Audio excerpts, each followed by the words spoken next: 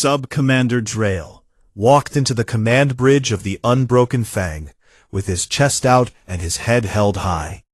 He had just returned from a surface raid on a small human colony world called New Busan, and he was very proud of himself.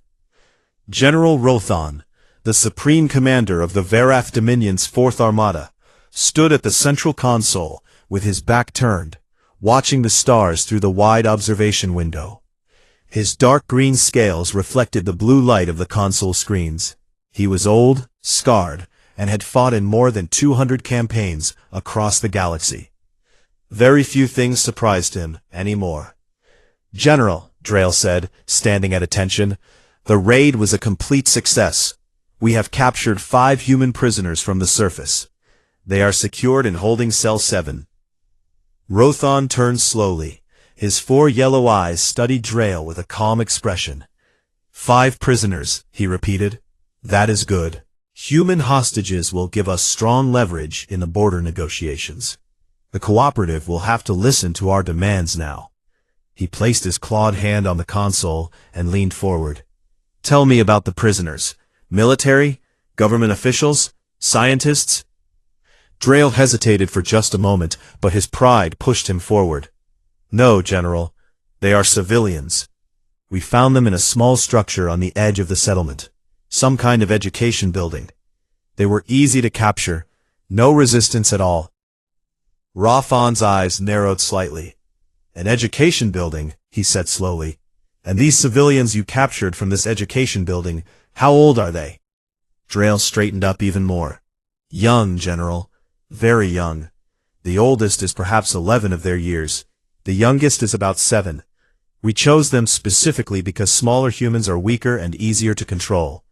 I believe they would make quiet, obedient prisoners." The bridge went silent. Every officer on the command deck stopped what they were doing. The soft hum of the ship's engines suddenly felt very loud. General Rothon did not move. He stared at Drail with all 4 of his eyes wide open. His claws, which had been resting on the console, slowly tightened. The metal under his grip groaned and bent inward. A thin crack split across the console surface. "Say that again," Rothon whispered. Drail blinked, confused. "General, I said we captured 5 human young from a—" "You took children." Rothon's voice was low and dangerous, like the rumble of a ship engine about to explode. "You went to a human world, you walked into a school, and you took their children." Drail opened his mouth to respond, but Rothon slammed both fists onto the console so hard that the screen shattered. Every officer on the bridge flinched. Drail stumbled backward. "Do you have any idea what you have done?" Rothon roared. His voice echoed through the entire bridge. "Have you ever read a single intelligence report on humans?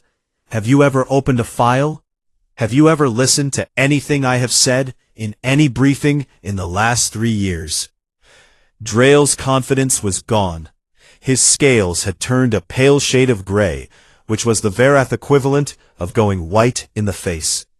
"General, I thought they are small, they are weak, they cannot fight." "They are children," Rothon shouted. He grabbed a datapad from a nearby officer and threw it at Drail. It hit the wall behind him and broke into pieces. "Humans are already the most dangerous species in this galaxy. They are aggressive. They are unpredictable. They hold grudges for generations. They have been documented running through plasma fire with their bodies burning just to reach an enemy position. They fight with broken bones. They fight with missing limbs. They fight when any sane species would surrender and accept death. And that is when you threaten them." Rothon stepped closer to Drail. His voice dropped to a horrified whisper. "When you threaten their young, they become something else entirely. There is a word in their language. Our translators cannot find an equal word in Varath. They call it Mama Bear. It refers to a creature from their homeworld, a large furry animal that is normally calm and avoids conflict. But when its young are in danger, it becomes the most violent and unstoppable force in its environment. It will kill anything, It will die trying. It will not stop. Humans are the same. Every single one of them. Drail was trembling now. General, the raid was quiet. They do not know They already know. Rothan's voice was flat and certain. Humans always know. Their military networks are faster than anything we have. The moment those children did not come home, every human on that colony sent a message. Every message reached their military command. And right now, right this very moment, their fleet is already moving. Rothan turned to his communications officer.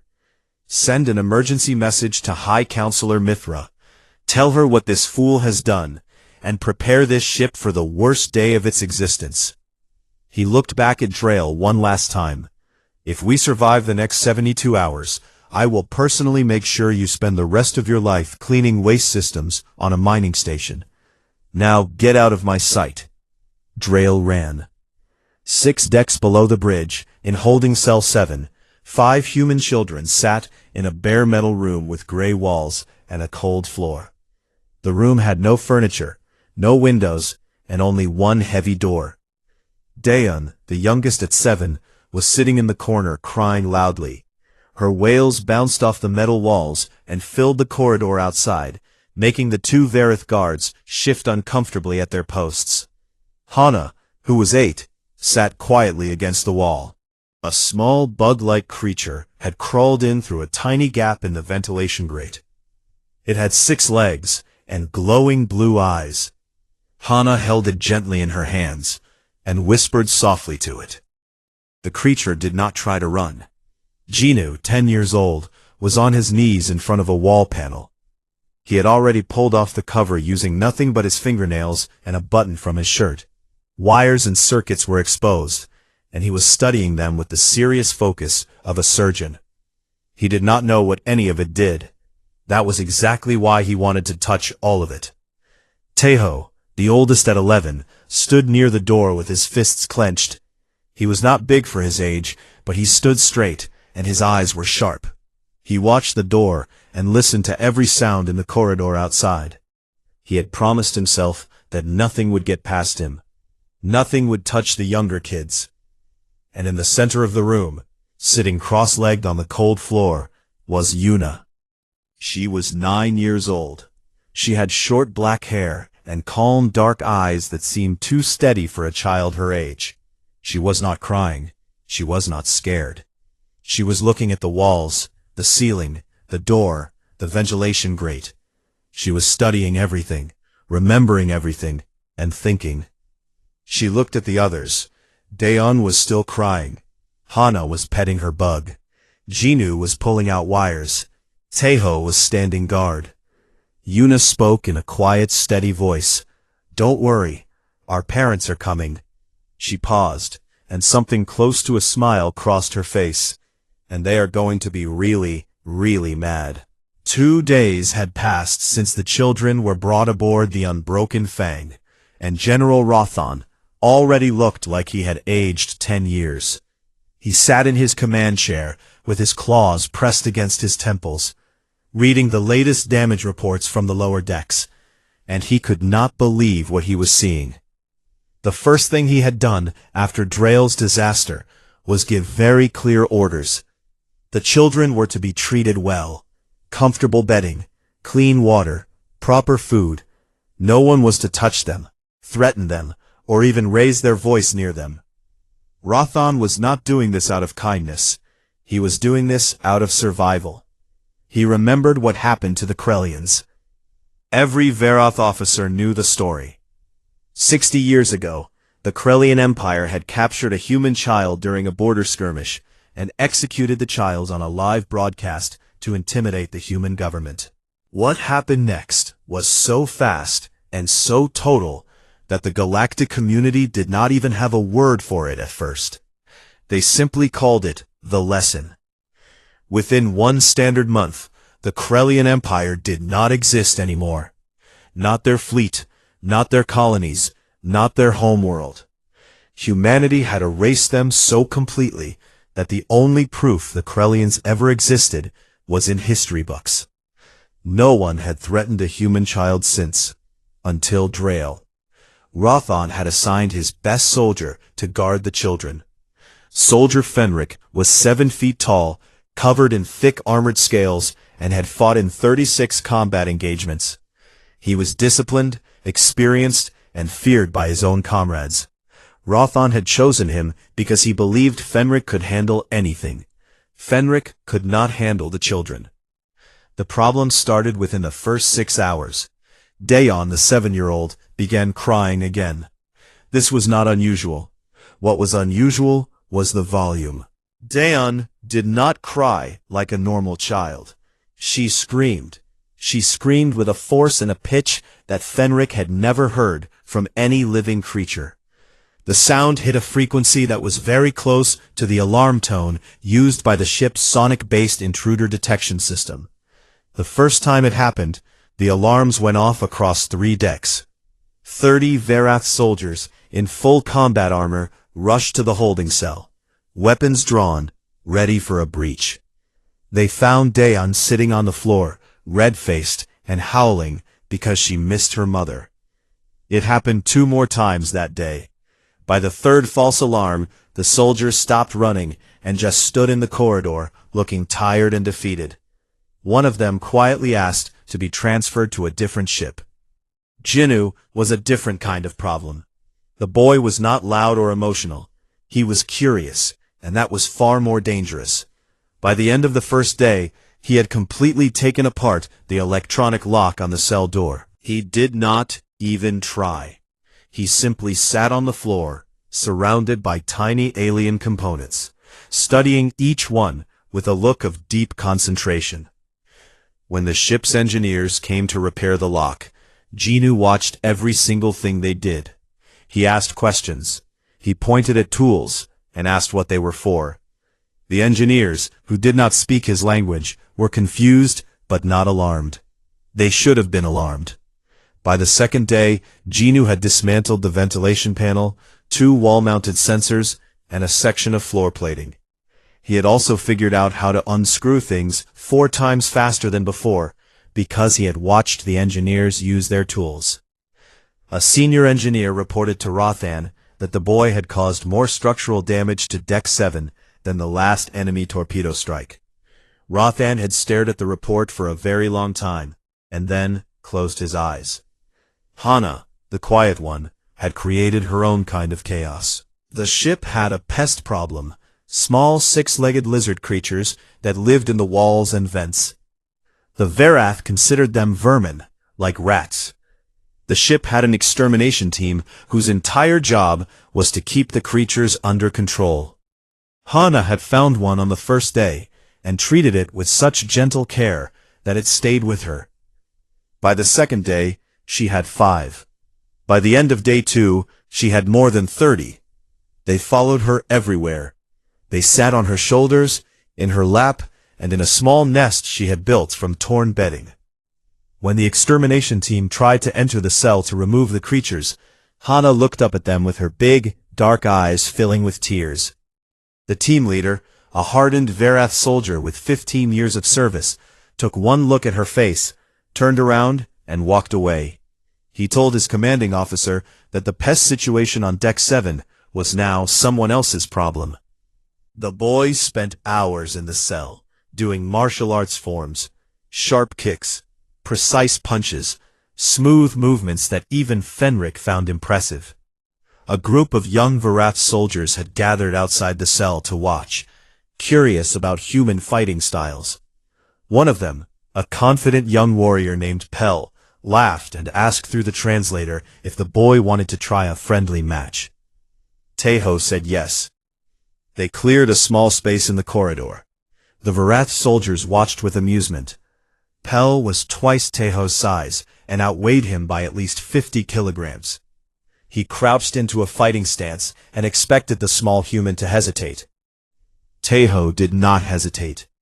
He spun, and his foot connected with the side of Pell's knees so hard that the crack echoed down the corridor.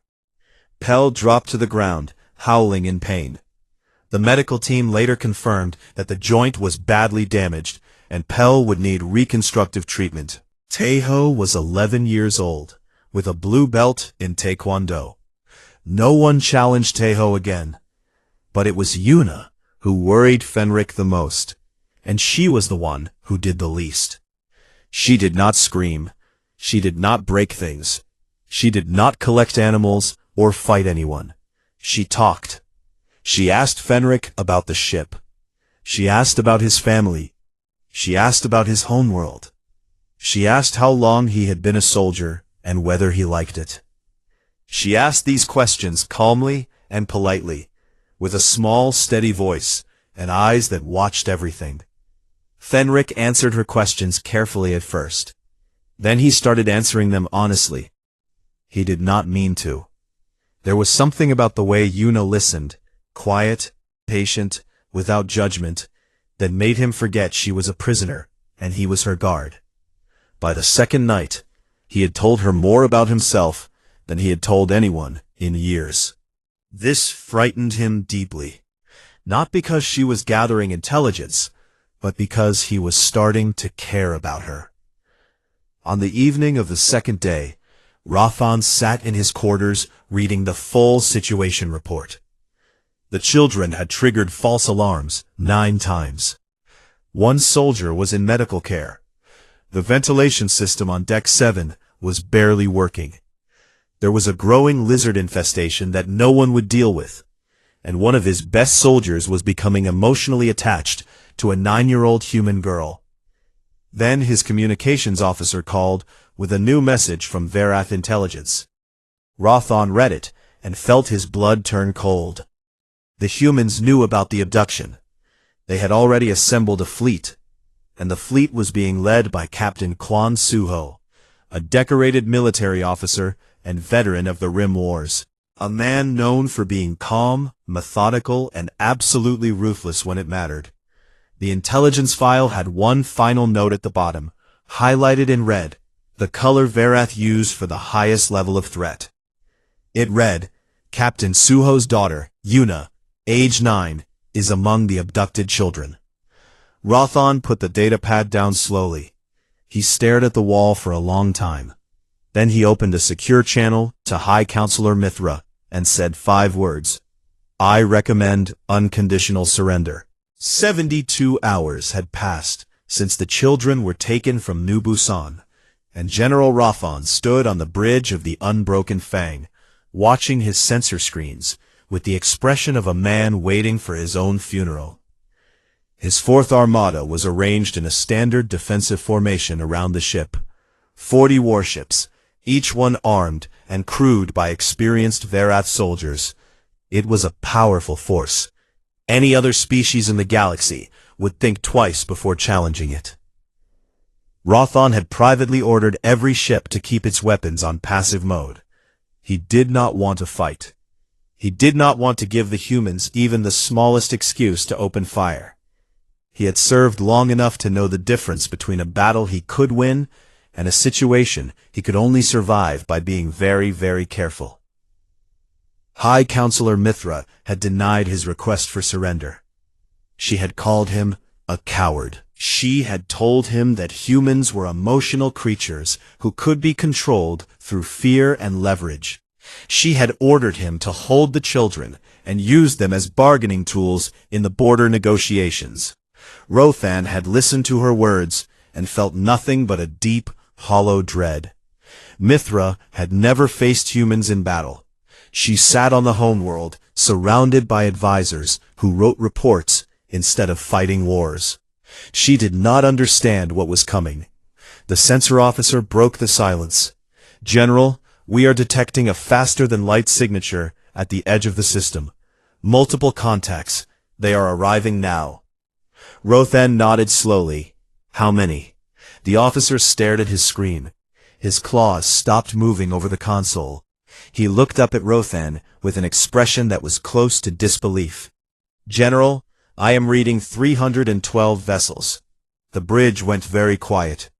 Rothan closed his eyes for a moment. When he opened them, his face was calm, but his hands were gripping the railings so tight that his knuckles had turned white under his scales. Show me. The main display lit up with a tactical map of the system. The Vereth fleet was a neat cluster of 40 blue dots near the center. At the edge, spreading across the entire right side of the screen like a wave, were hundreds of red dots. They poured out of faster-than-light travel in groups, 5, 10, 20 at a time, and kept coming. "They are not all military vessels," the sensor officer said, his voice shaking slightly. "I am detecting heavy cruisers, destroyers, and carriers. Those are military. But there are also cargo haulers, mining ships, passenger liners, and several vessels that appear to be privately owned. Some of them have civilian registration codes." Rothan stared at the screen. "Civilians," he murmured. "They brought civilians. All of them are armed, General. Even the cargo ships. They have attached weapon systems to their hulls. Some of them look like they were welded on within the last 2 days. 312 ships for 5 children." Rothan shook his head slowly and said, mostly to himself, "Humans are completely insane." A communication signal came through. The human fleet was hailing them. Rothan straightened his back, took a long breath, and nodded to his communications officer. "Put it through." The voice that filled the bridge was female, calm, and professional. It belonged to Lieutenant Bomi, second in command of the human fleet. She spoke in clear, measured words that the Vereth translator processed perfectly. "General Rothan of the Vereth Dominion 4th Armada. This is Lieutenant Bomi of the Galactic Human Cooperative, speaking on behalf of Captain Quan Suho, commanding officer of this fleet.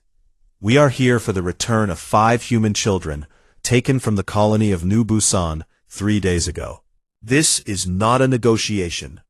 This is a demand."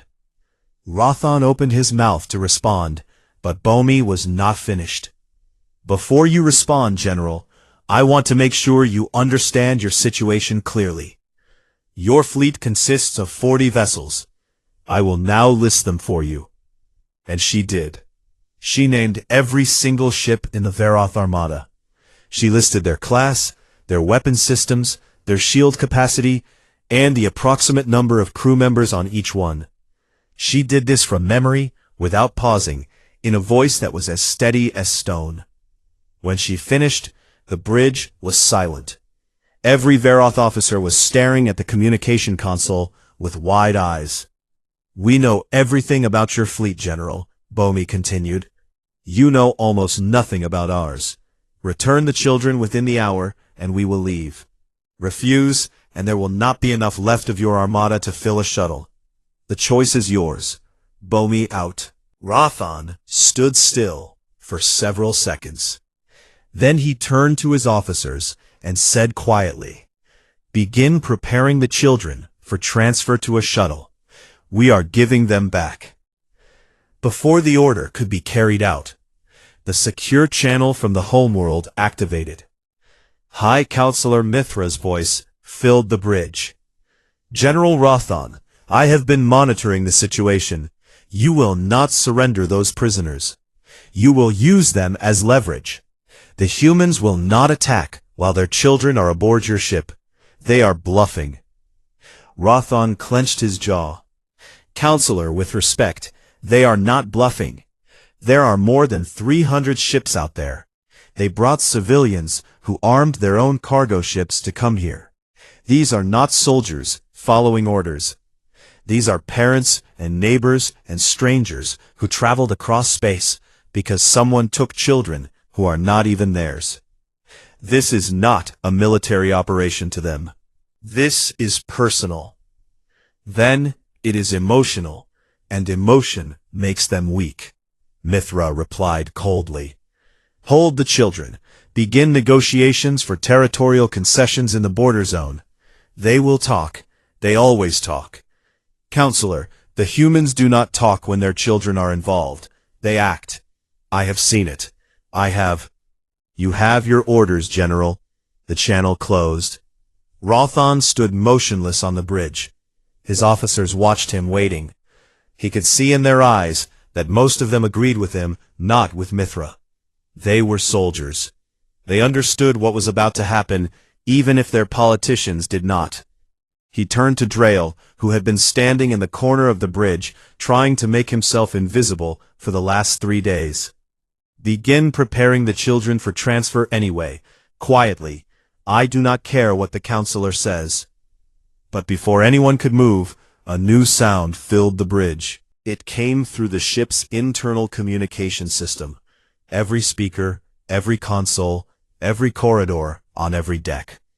It was a young boy's voice, bright and cheerful, and completely unaware of the weight of what he was doing. "Hi, this is Jinu. Can anyone hear me? I figured out how your communication thing works. It took a while because the wires are weird colors, but I got it. Anyway, we're on the big ship in the middle of your fleet. We're on Deck 7, Section 4. We're all okay. Daeun is finally asleep, so that's good, because she was really loud. The food you gave us tastes strange, but Hana says it is fine. Oh, also I think I broke your air system again. Sorry about that. Can someone come fix it? And also, if our parents can hear this, please come get us. We want to go home. Thank you. Bye." The message played on every frequency. Every ship in both fleets heard it. 312 human ships now knew exactly where the children were. The ship, the deck, the section. Rothan stared at the communication console. He thought about a 10-year-old boy who had dismantled an alien communication system with his bare hands in 3 days. Something that Verath engineers studied for years to learn. He thought about what that boy's parents must be feeling right now. He thought about the 300 ships outside his window. On the human flagship, Captain Quan Suho sat in his command chair, with his hands resting on his knees. He had been still and controlled for the entire journey. His crew respected him, because he never let his emotions affect his judgment. He was calm, professional, and precise. That was who he was. He heard Jinu's voice come through the speakers. He heard the boy say they were okay. He heard the exact location. His communications officer turned to him and confirmed, "Sir, we have the children's position. Deck 7, Section 4 of the Verath flagship." Suho sat still for a moment. He closed his eyes. Inside his chest, something that he had been keeping locked away for 3 days moved. It was not rage. It was not fear. It was something deeper and older than both. The feeling of a father who had been separated from his daughter for 72 hours and now knew exactly where she was. He opened his eyes. His face was the same as always, steady, unreadable, controlled. But his voice, when he spoke, had a weight to it that made every officer on the bridge sit up straight. "All ships," he said, "weapons hot." The moment the human fleet powered its weapons, every sensor screen on the unbroken Fang lit up red. The alarm systems, the real ones this time, began to sound across all decks. Officers shouted readings at each other across the bridge. 312 ships were locking their targeting systems onto the Verath Armada, and the energy signatures were so powerful that the sensor displays could barely keep up.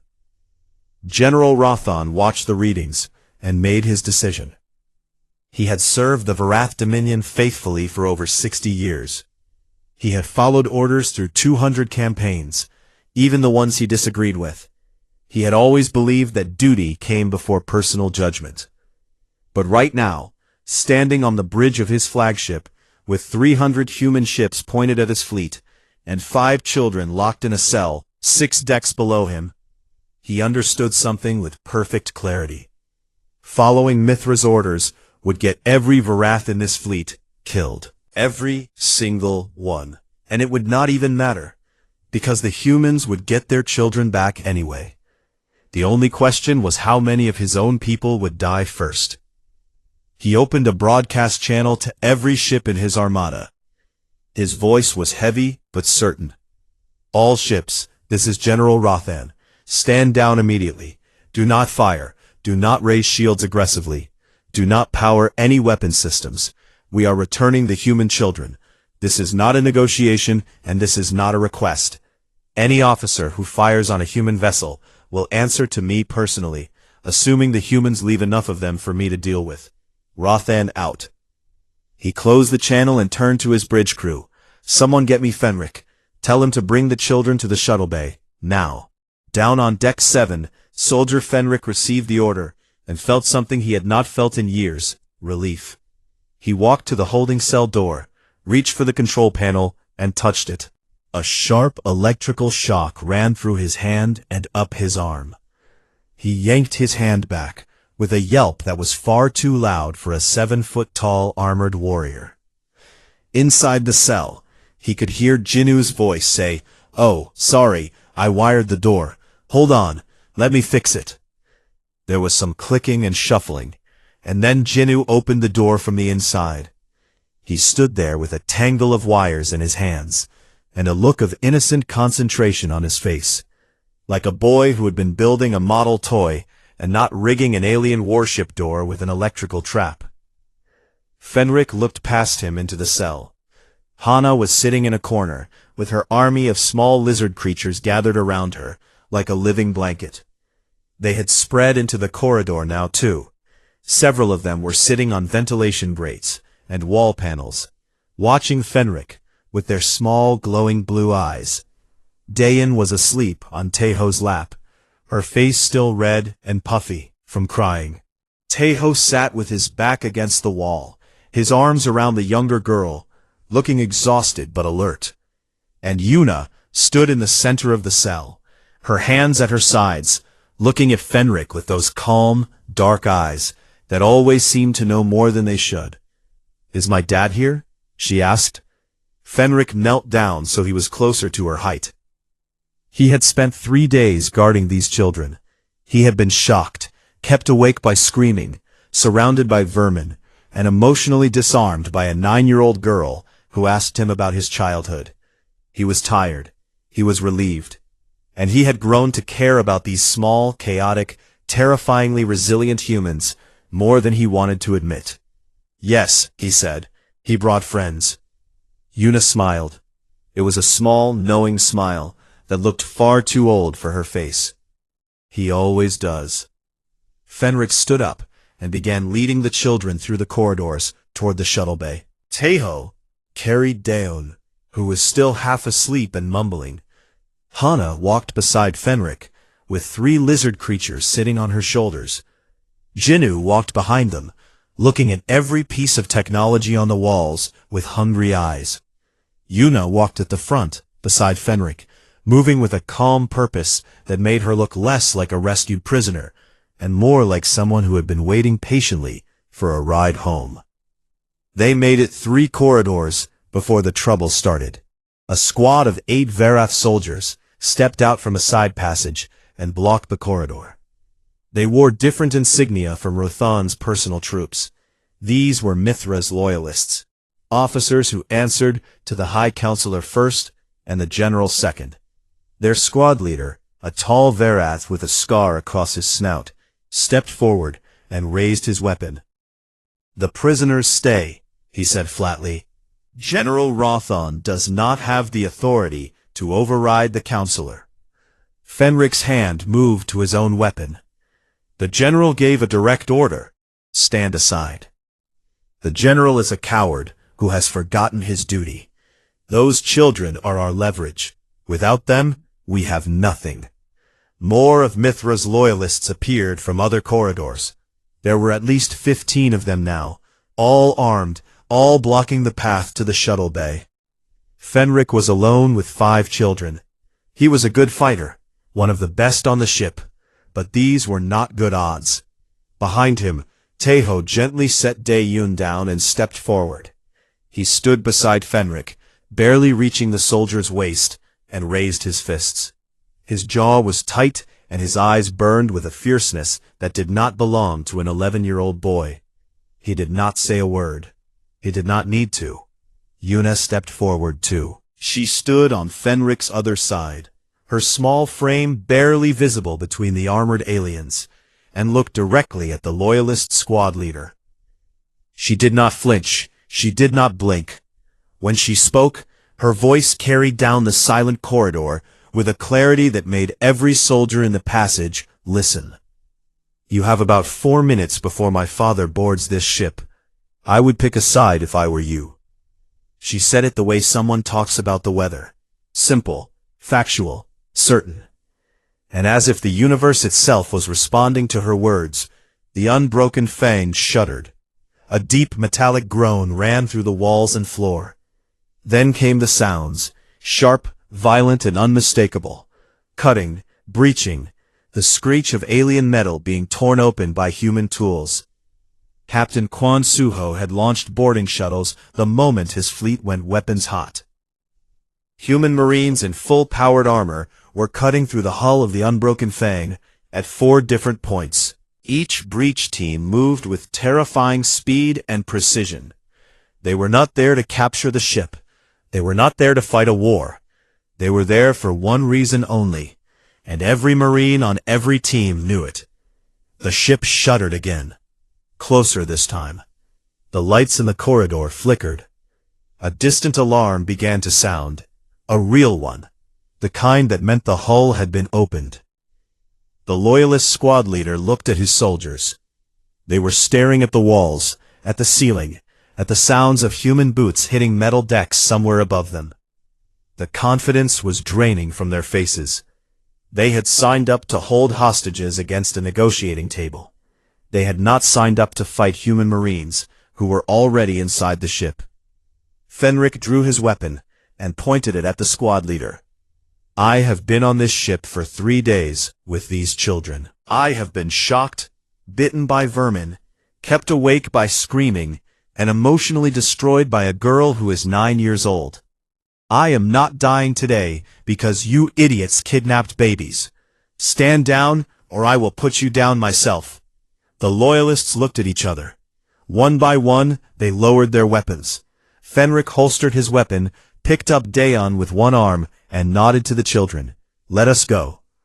They reached the shuttle bay just as the main doors opened from the other side.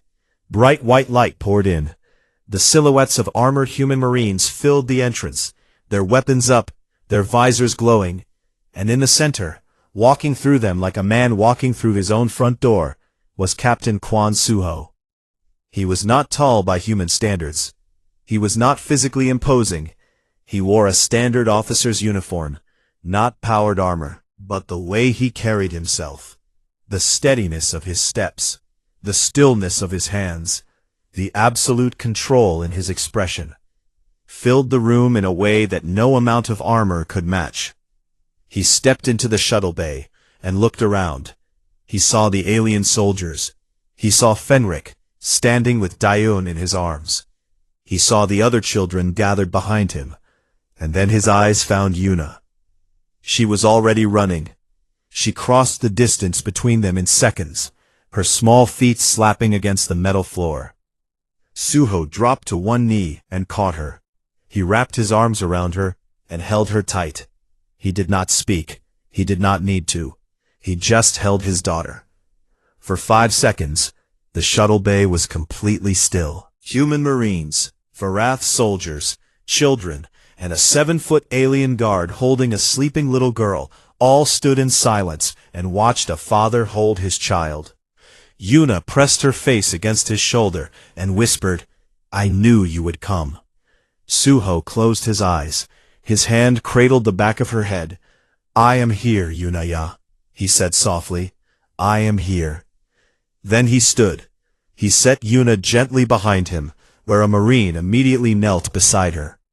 Suho looked across the shuttle bay at General Rothan, who had entered from a side door, and now stood at a respectful distance, his hands clasped behind his back, his expression that of a soldier who had made his peace with what was coming. Suho looked at him for a long time. Then he spoke, his voice steady and even. "General, we need to talk." The children were brought back to the human flagship within the hour. Medical teams were waiting for them the moment the shuttle doors opened. Doctors and nurses in white uniforms moved quickly but gently, checking each child for injuries, infections, or anything the alien environment might have done to their bodies. The results came back clean. All 5 children were physically unharmed. Dayun woke up the moment she saw her mother standing on the landing deck. She let out a cry that was different from all the others she had made over the past 3 days. Not angry, not scared, just pure relief, and ran into her mother's arms. Her mother dropped to her knees and held her so tightly that neither of them could breathe properly, and neither of them cared. Dayun did not stop crying for 20 minutes, but this time no one minded. Hana walked off the shuttle quietly, holding something inside her cupped hands. When her father knelt in front of her and asked if she was okay, she nodded, and then opened her hands to reveal 3 small blue-eyed lizard creatures. "Can I keep them?" she asked. Her father looked at the creatures, looked at his daughter's serious face, and said yes without a second thought. The creatures would later be studied by human biologists, who determined they were a harmless species native to the Verath home system. Hana named all 3 of them, and kept them in a small terrarium by her bed for years. Jinu did not cry, and did not run to anyone. He walked off the shuttle, looked around the human flagship's hangar bay, and immediately asked the nearest engineer how the ship's faster-than-light drive worked. His parents, who arrived minutes later, found him sitting cross-legged on the hangar floor next to a very confused human technician, asking about energy conversion rates. His mother had to physically pick him up to hug him. Jinu hugged her back, but his eyes were still on the engine systems above. Taeho was the last to leave the shuttle. He had stayed inside to make sure all the younger children were off first. When he finally stepped onto the deck, his legs were shaking. He had held himself together for 3 full days, standing guard, protecting the others, staying strong when everything inside him wanted to collapse. Now, surrounded by human adults and human walls and human sounds, the weight of those 3 days hit him all at once. He walked 3 steps, stopped, and began to cry, quietly, with his fists at his sides and his head down, the way boys cry when they think they are too old for it. His older sister, a university student who had traveled 18 hours to reach the fleet, ran across the hangar and wrapped him in a hug that almost knocked him over. She told him he was the bravest person she had ever known. Taeho cried harder. Yuna stayed with her father. Captain Kwan Suho carried her off the shuttle himself. She had fallen asleep in his arms, somewhere between the Verath ship and the human flagship, and he did not wake her. He held her in one arm and walked through the corridors of his ship with the calm, measured steps of a man who had just retrieved the most important thing in his universe. Officers saluted him as he passed. He nodded back. No one spoke. The entire ship seemed to understand that the captain needed silence right now. He took Yuna to his quarters, set her down on his bed, pulled the blanket over her, and sat in the chair beside her for a long time. He watched her breathe. He counted her breaths. He did this until his own heartbeat finally returned to normal. Then he stood, straightened his uniform, and went to the meeting room. General Rothan was waiting for him there. The Verath commander had come aboard the human flagship willingly and without guards. He sat at the long table in the center of the room, his large frame dwarfing the human-sized chair. His 4 eyes were tired, and his scales had lost their shine. He looked like a soldier who had fought his last battle, not against an enemy, but against his own side. Suho sat across from him. Lieutenant Bomi stood behind Suho, a datapad in her hands. 2 human marines flanked the door. The room was quiet. Rothan spoke first. Captain Suho, I will not make excuses. The abduction of your children happened under my command. I failed to prevent it. That failure is mine. Suho watched him without expression. Your sub-commander ordered the raid. Your government ordered you to keep the children, but you defied that order in the end. Why? Rothan was silent for a moment. Because I have fought humans for many years.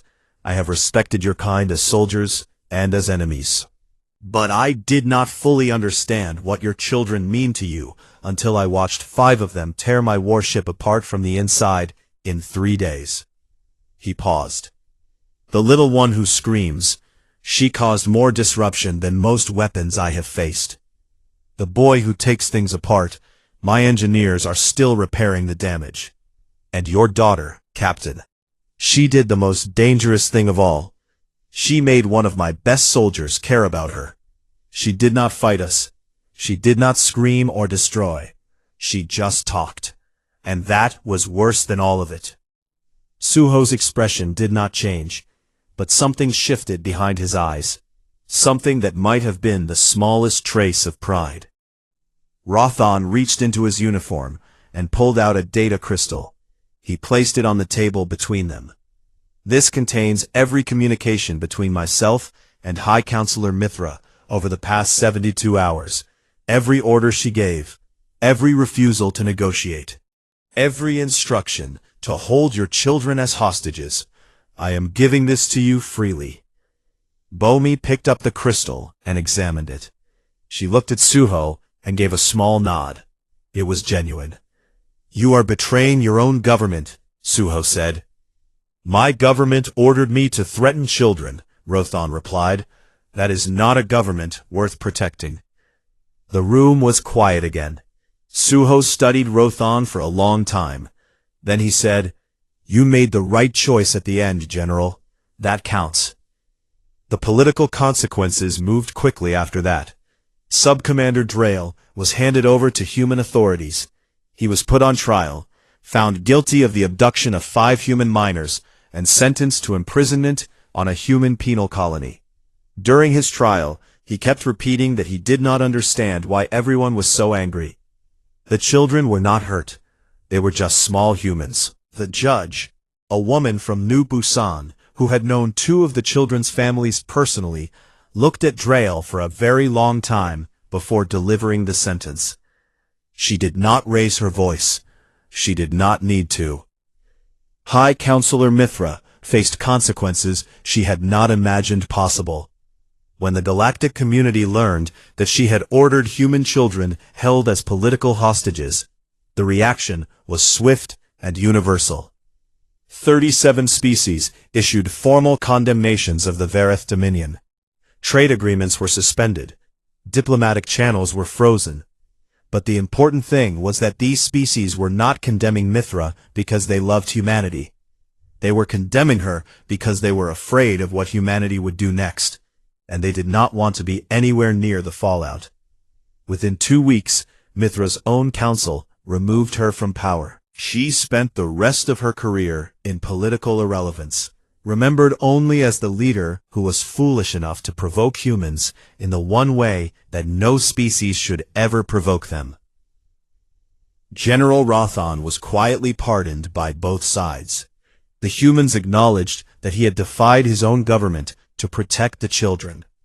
The Varath, eager to distance themselves from Mithra's failure, allowed him to retire with full honors. In an outcome that surprised everyone, except those who had watched him sit across from Suho in that meeting room, Rothan accepted a new position as the Varath Dominion's ambassador to the Galactic Human Cooperative. He was considered the only Varath alive who truly understood humans. He carried that role with a quiet dignity that earned him respect on both sides of the border. Fenric, the 7-foot soldier who had guarded the children, requested a transfer to a post near human space. 3 weeks after the incident, Yuna received a letter delivered through diplomatic channels. It was written in broken, badly translated human language. But the message was clear. It read, "You are the scariest warrior I have ever met. You are 9. I hope you are well. Your friend, Fenric." Yuna kept the letter in a box under her bed and wrote back. The incident became known across the galaxy as the New Busan Affair. It was studied in military academies, debated in political forums, and whispered about in the dark corners of alien stations where species gathered to trade information and warnings. The lesson it taught was not new, but some species had needed a reminder. You can fight humans. You can even win, sometimes, if you are very lucky and willing to pay a price most species cannot imagine. But there is one line you do not cross. You do not touch their children. You do not take their young. You do not threaten the ones they would burn entire star systems to protect. Because, when you do, they do not send diplomats. They do not send negotiators. They send everyone, and they do not stop. 1 year later, the colony of New Busan had been rebuilt. The school where the children were taken had been replaced with a new building, larger, brighter, and quietly surrounded by the most advanced defense systems humanity had ever constructed. No one talked about the defenses. They were simply there, the way a fence is there around a garden. Not because trouble was expected, but because those inside were worth protecting. Yuna sat in her classroom on a warm morning, her bag on the floor beside her chair. The classroom was full of children, talking and laughing. Everything felt normal. Everything felt safe. Then the door opened, and the teacher let in a new student. The new student was not human. It was a young Vareth, small for its kind, barely taller than the human children, with soft green scales and 4 wide, nervous eyes. It was part of the new cultural exchange program that had been established after the New Busan affair, a program designed to build understanding between the two species. The young Varath stood at the front of the classroom, clutching a small bag to its chest, looking at the rows of human children with obvious fear. The classroom went quiet. The children stared. Some of them remembered what had happened. Some of them had heard stories. The silence stretched on, heavy and uncertain. Yuna stood up from her chair. She walked across the classroom without hurrying. She stopped in front of the young Varath, who flinched slightly and gripped its bag tighter.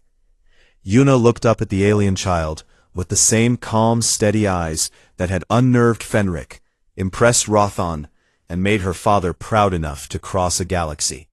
She smiled. It was a simple, warm, genuine smile. She reached into her lunchbox and held something out.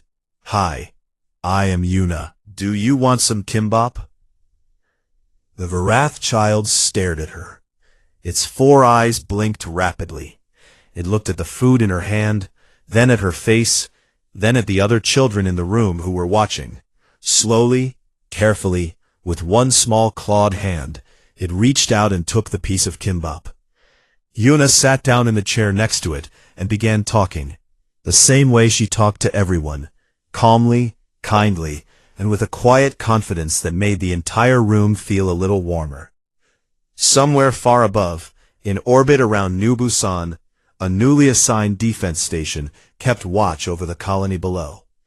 Inside the station's observation deck, Captain Kwon Suho stood at the viewport, his hands clasped behind his back.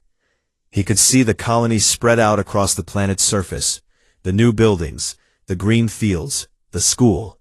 He could not see his daughter from this distance, but he knew where she was. He always knew. Then, slowly, the corner of his mouth lifted, and Captain Kwon Suho allowed himself to smile.